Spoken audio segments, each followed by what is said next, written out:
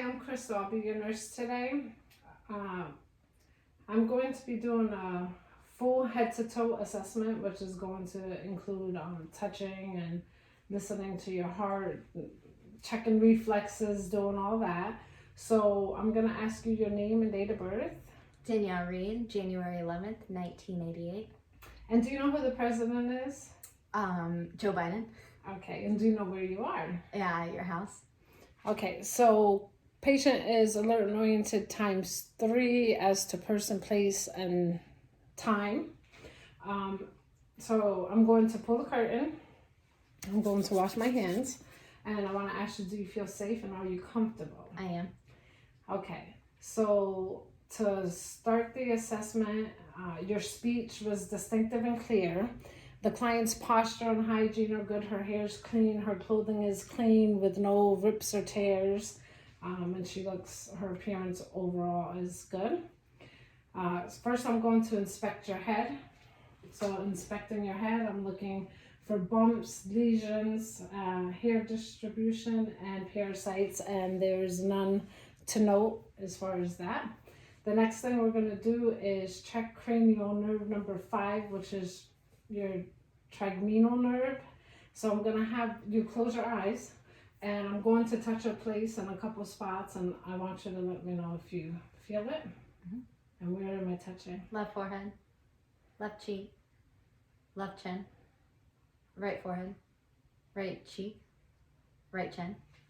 So facial sensation for cranial nerve 5 is intact.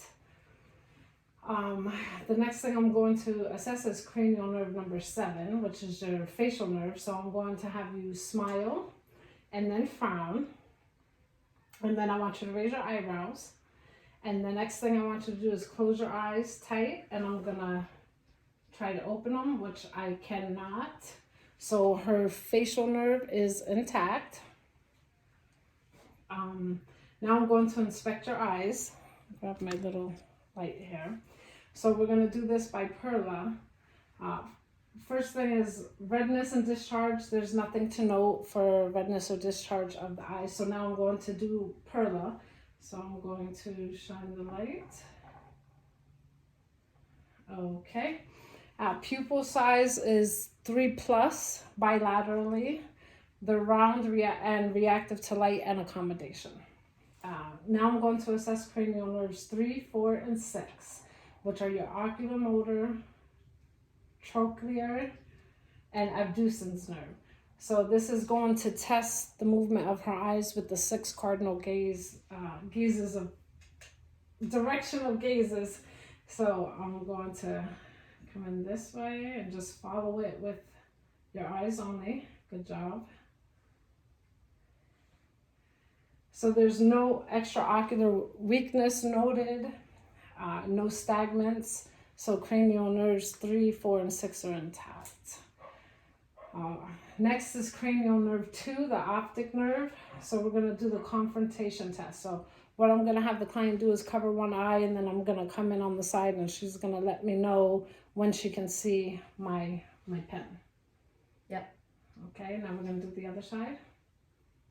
Yep. Okay, so peripheral vision is intact by the confrontation test. The next portion of the assessment is going to be the inspection of the mouth. So the client's lips are moist with no cracks. They're pinkish in color. I'm going to take a look at her gums. Her gums are not inflamed. There's no signs of bleeding. She has all 32 of her teeth, and there's no signs of dental work or cavities. The next nerve is going to be cranial nerve 12, the hypoglossal nerve. So I'm going to have you stick out your tongue. Okay, so her tongue protrusion is midline, so the hypoglossal nerve is intact. The next nerve is cranial nerve 10, the vagus nerve. So I'm going to have you stick out your tongue and say ah. Ah. And the ova raises with phonation. So cranial nerve 10 is intact. The next nerve I'm going to assess is cranial nerve number 9, the glossopharyngeal nerve. So what I'll have you do is swallow. Okay, perfect. And the glossopharyngeal nerve is intact. And now I'm going to inspect her nose. And inspecting the nose, I don't see any discharge or bleeding. There's no deviation in the nose to note. And I'm going to check for patency. So what I want you to do is one side, take a deep breath in. Okay, other side, take a deep breath in. So patency's normal. Good. Not supposed to say normal. Okay. All right, the next part is going to be the ears. So I'm checking the ears. Okay, on both sides, I don't see any cerium.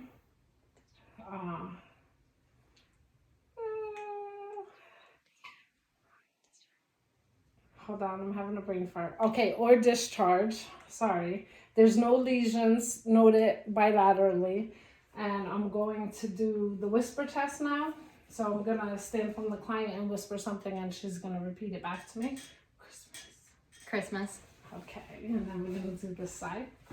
Christmas.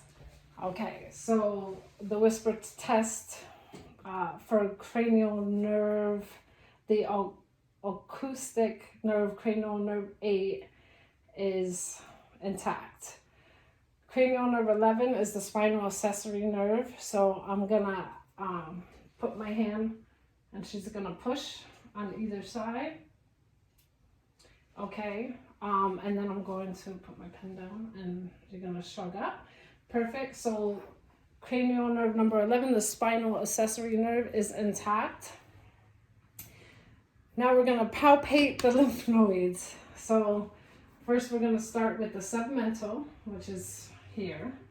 Then the submandibular, the tonsillar, the pre-auricular, the post-auricular, the anterior cervical, posterior cervical, the occipital, and then we have the supraclavicle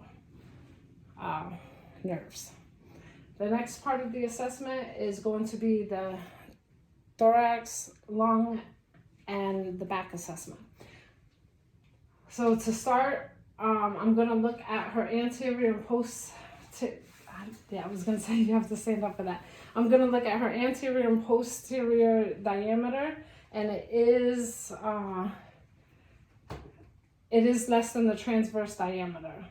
So looking at her chest to watch her respirations, I would do this for a minute. So we're going to assume that the minute is up, and her respiration rate is 16. They're even and unlabored, and I see symmetrical rise and fall with the breaths. And there's no accessory muscle use or cough present during the respirations. Okay, the next one we're going to do is the spinal alignment. So what I'm going to have you do is bend over for me. Okay, and I'm going to go down the back. And I observe no deformities, no scoliosis, no lordosis, I can't say that word, and kyphosis. So that's perfect. Next, we're gonna percuss the costovertebral angle. So we're gonna put our hand here and give it a nice thump. And then we're gonna put our hand here and give it a nice thump. Do you have any tenderness with that? Okay, so there's no tenderness noted. Next, we're gonna percuss the thoracic expansion. So I'm going to push here and take a deep breath in. Perfect. So the thoracic expansion is symmetrical. There's symmetrical chest expansion. I'm going to have you, yep, there you go. All right, so now we're gonna test for tactile firmness. And I'm gonna have you say 99 each time I place my hand. So we're gonna 99, 99, 99, 99, 99, 99, 99, 99. Okay, so the tactile firmness is even throughout. Now I'm going to put on my stethoscope, and we're going to listen to your breath sounds. So every time I move my stethoscope, I want you to take a big deep breath in. All right, so we're going to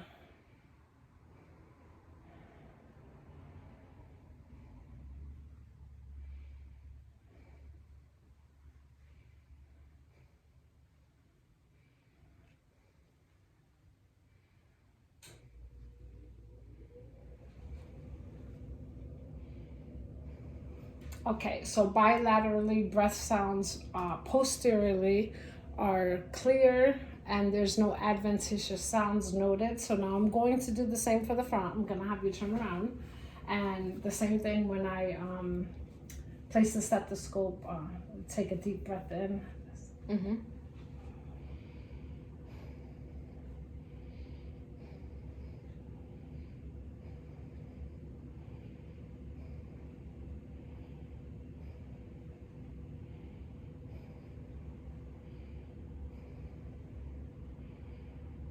And then we're gonna check laterally.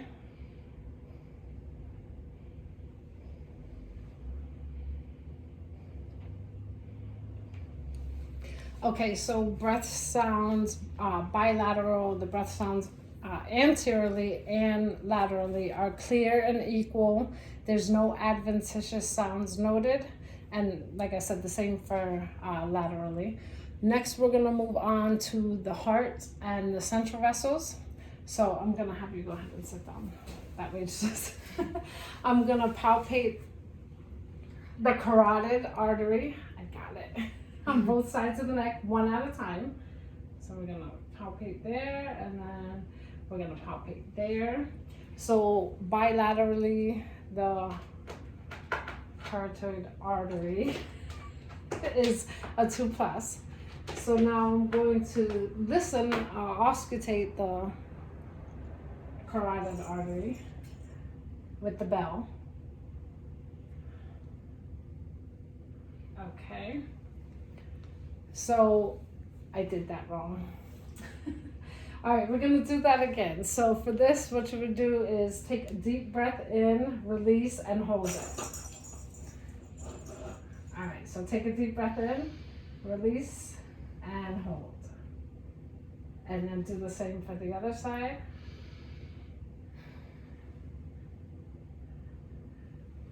Okay, so there's no bruise noted bilaterally. Now I'm going to listen to the heart sounds. Put on my stethoscope again.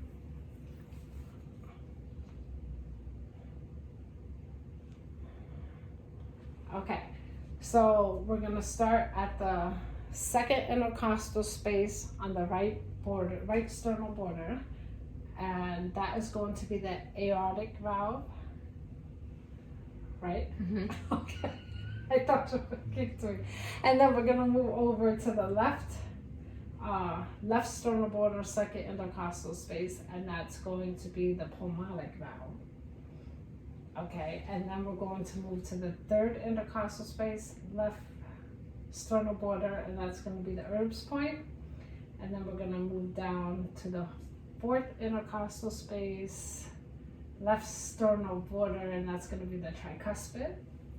And then we're going to follow this down the mid-clavicular line here, and that's going to be the mitral valve, also known as the point of maximal impulse, or the apical pulse.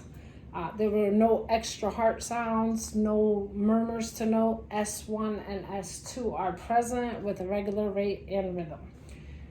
Okay, so now we're going to move on to the gastrointestinal genitourinary part of the assessment. So I'm going to have you lay down.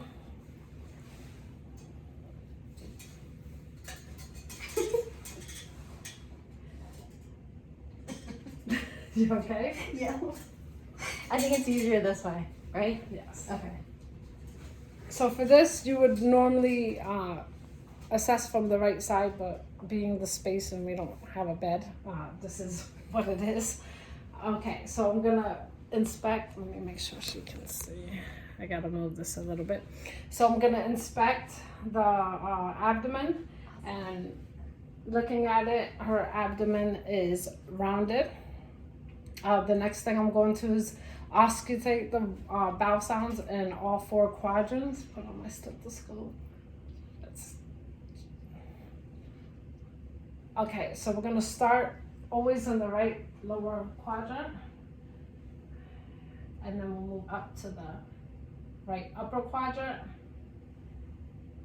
left upper quadrant, left lower quadrant, and auscultating the bowel sounds.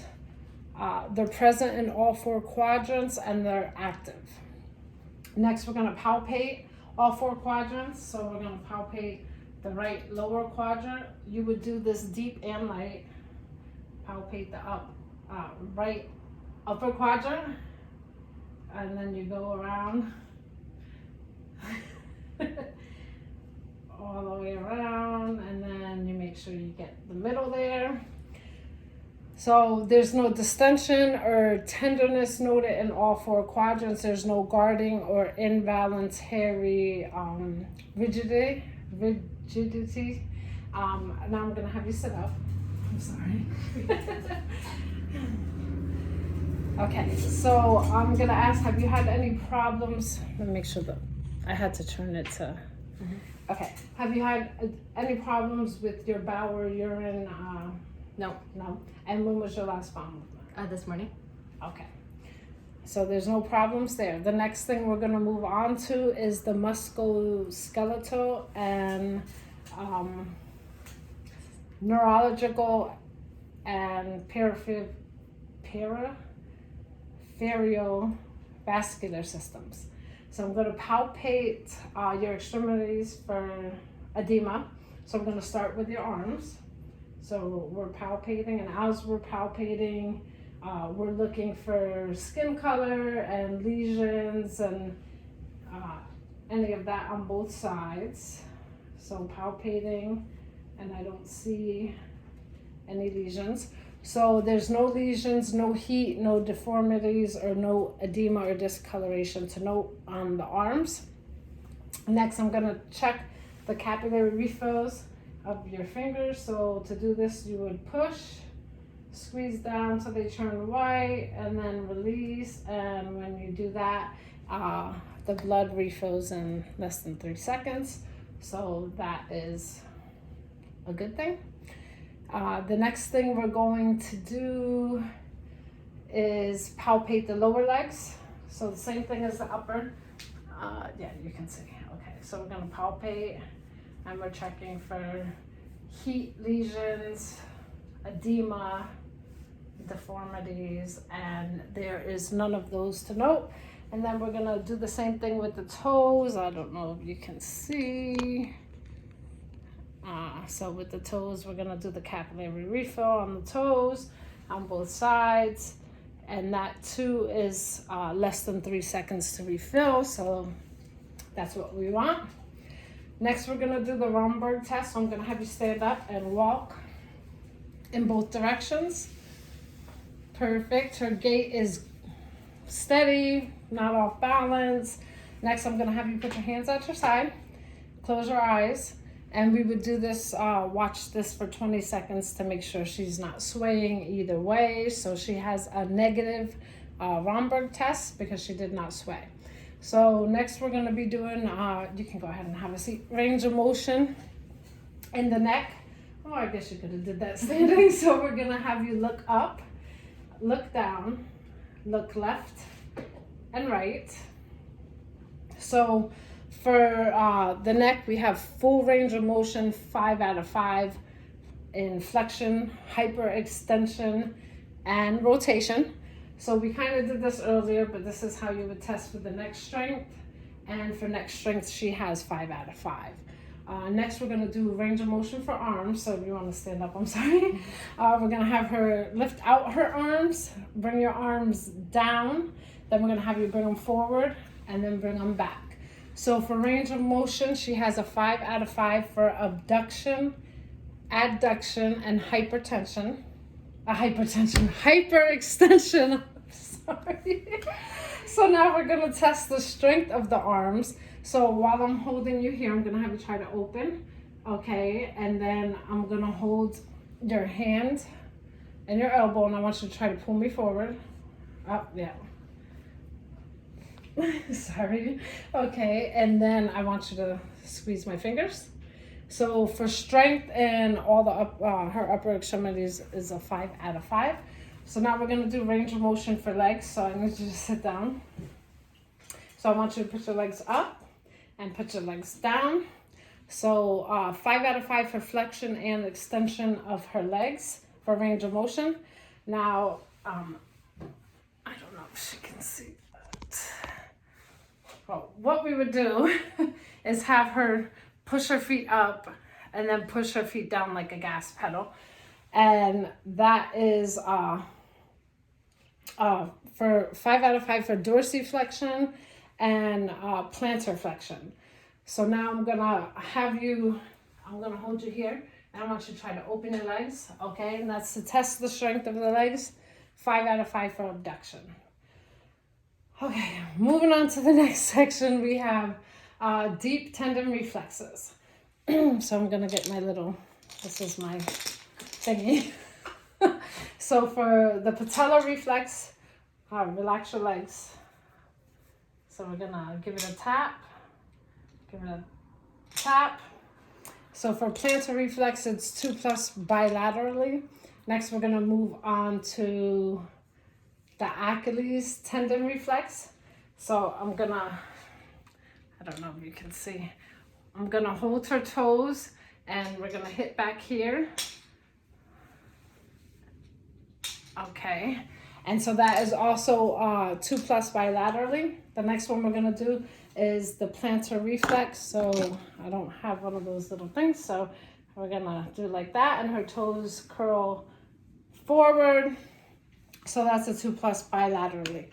So now we're going to move on to the arms, the upper body. So we're gonna do the triceps. So I'm gonna tap there, and then we're gonna tap there. Oh, she probably didn't see that. Tap there.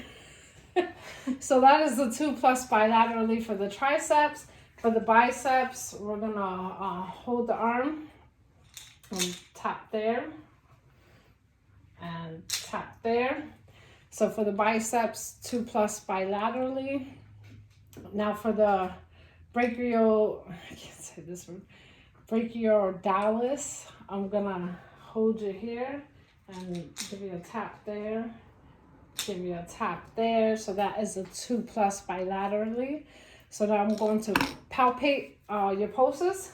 So we have your radial pulse, your brachial pulse, and those are a 2+ bilaterally for radial and brachial pulses. Now we're gonna do the popliteal pulse. So I don't feel any, but according to the book, that's a good finding. You normally can't find those. Now I'm gonna check your posterior tibial. So you would go right here on both sides. That's a 2+ bilaterally. And then your dorsalis pedis, you would go up here. Oh, you can't see, up here. So that's a 2+ bilaterally. Okay, so that concludes our full head to toe assessment. Do you have any questions for me? Nope. Were you comfortable during the assessment? Mm-hmm. All right. Here's your call light. Here's your belongings. I'm going to wash my hands, and that's it.